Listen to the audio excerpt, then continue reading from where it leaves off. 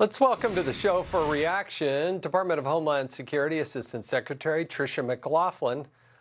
There's so many things about this story that are so wrong. First of all, the grieving that has to happen for an 11-year-old boy. The family should never have to go through that. But for Gavin Newsom to try to suggest that the feds can do their job, where's the cooperation? Where's the concern from the Democrats on this issue? Because we have this story pretty much every day.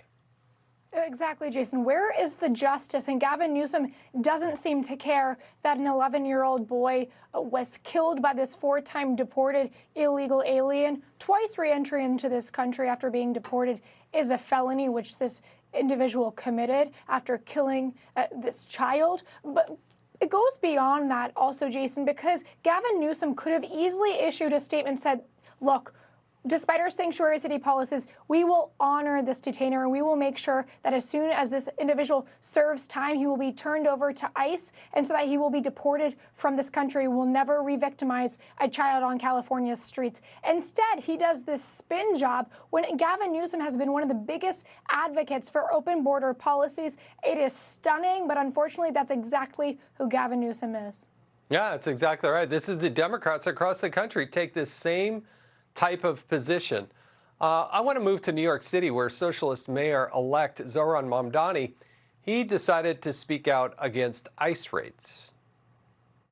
When I met with the president, I made very clear that these kinds of raids are cruel and inhumane, that they are raids that do nothing to serve the interests of public safety, and that my responsibility is to be the mayor to each and every person that calls this city their home.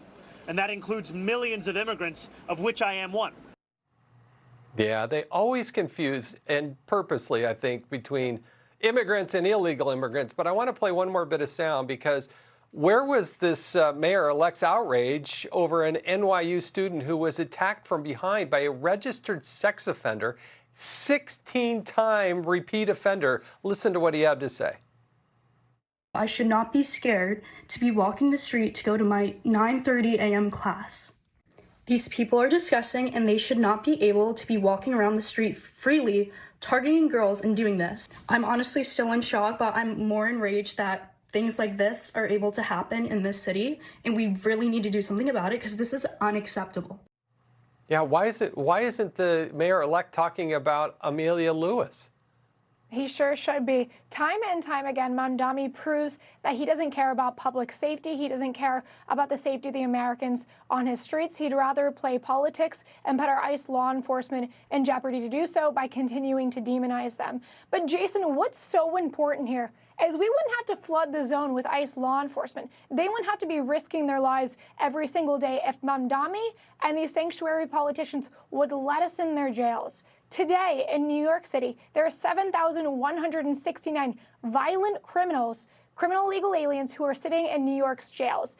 If they would agree to release those individuals to us, we wouldn't have to go out and flood the zone and conduct operations on our streets and use those resources. We could just go into those jails. But because these sanctuary cities refuse to do that, that's exactly what we have to do, is conduct those raids.